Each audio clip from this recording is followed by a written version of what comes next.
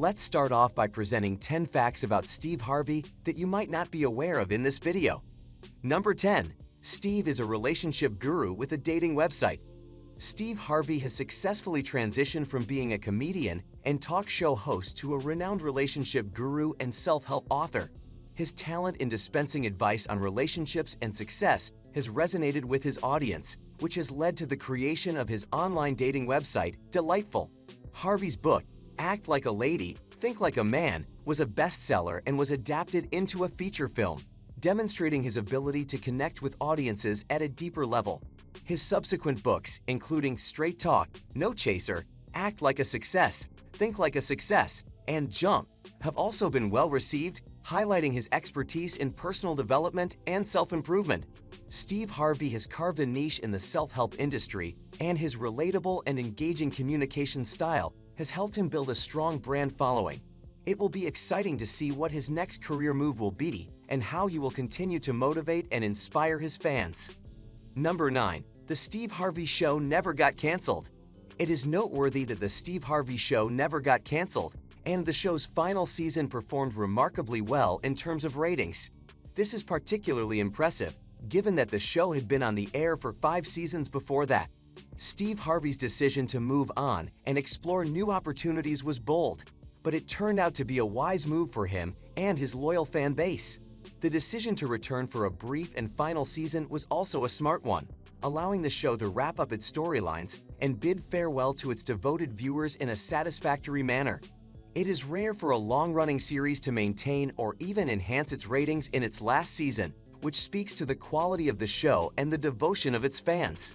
Overall, it seems that Steve Harvey's choice to depart from the Steve Harvey Show at the right time and the show's final season was a fitting conclusion to a successful run.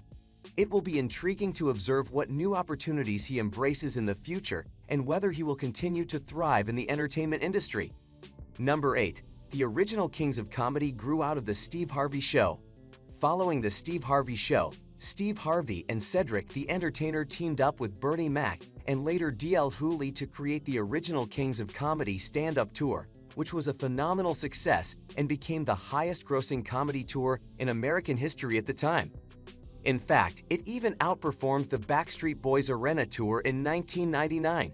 Spike Lee directed a concert film of the tour, which was released in 2000 and proved to be both a critical and commercial triumph. The accompanying soundtrack album also charted on the Billboard charts and was nominated for a Grammy Award. The tour and film solidified Harvey's position as one of the most popular comedians in the country. Number 7. The Steve Harvey Show almost didn't happen.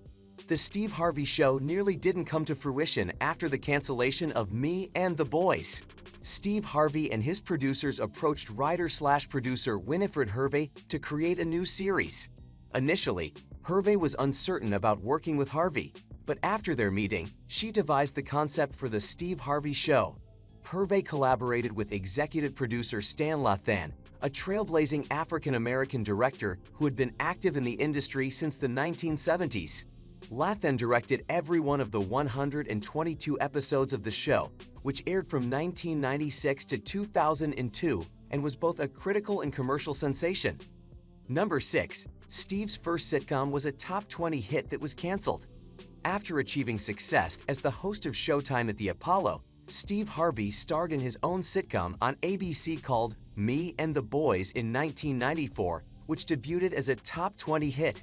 In the show, Harvey portrayed a clever father of 3 sons who owned a video store in Dallas. Despite airing between popular shows such as Full House and Home Improvement and having a strong viewership, ABC canceled the show after only 1 season, much to Harvey's dismay. He believed that the series had the potential to challenge stereotypes and present positive depictions of African-American families on TV. Number 5. Steve almost missed his breakthrough because he was broke. Back in 1993, Steve Harvey faced a financial challenge that almost made him miss out on his big break. Showtime at the Apollo, a popular TV show featuring performances by emerging musicians and comedians, offered him a chance to perform, but there was a catch. The show was filming in New York City in just 4 days, and Harvey was in Florida with only $35 to his name. Undeterred, Harvey hustled and managed to land 2 stand-up gigs in Florida that weekend, earning enough money to buy a plane ticket to New York. His appearance on the show was a triumph, leading to his eventual hiring as host of Showtime at the Apollo and launching his career in television and comedy.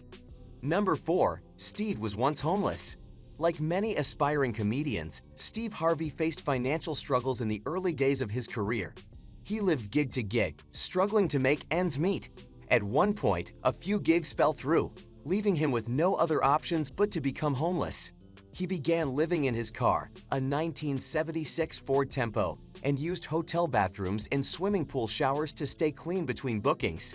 He lived this way for several years, from the age of 30 to 33, until his career began to take off and he was able to secure more stable housing. Despite the challenges he faced, Harvey persevered, and his experiences on the road and on the fringes of the entertainment industry helped shape him into the successful entertainer he is today. Number 3. Steve didn't start performing until he was 27. At the age of 27, Steve Harvey ventured into stand-up comedy for the first time in 1985 by participating in an amateur night contest at a nightclub in Cleveland. After winning the competition, he quit his job as an insurance salesman to pursue a career in comedy. In the early stages of his career, he earned a mere $25 per night while performing at different comedy clubs. However, he dedicated himself to perfecting his skills and establishing his name as a comedian.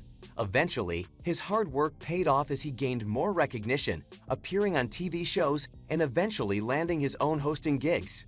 Number 2. Steve grew up on a farm. Steve Harvey's upbringing was on a farm as his father worked in a coal mine and his mother was a Sunday school teacher. After some time, the family relocated to Cleveland, Ohio, where they lived on a modest income and grew their own food on a farm. Despite facing challenges, such as living with 13 family members in a one-bathroom house, Harvey has become a successful entertainer and entrepreneur with an estimated net worth of $200 million. As he humorously shares with his audiences, he has added multiple bathrooms to his homes to avoid ever having to wait in line for one again. Number 1. Steve's first name isn't Steve. Steve Harvey, a popular American comedian, television host, producer, and actor, was actually born on January 17, 1957 in Welch, West Virginia with a different first name. His parents, Jess Harvey and Eloise Vera, gave him the name Broderick Stephen Harvey. Steve Harvey has a total of 5 children, 4 biological and 1 stepchild. His eldest son is named Broderick, and he also has 2 daughters named Brandy and Carly, and a son named Winton. In 2007, he gained 3 stepchildren after marrying his wife Marjorie Bridges.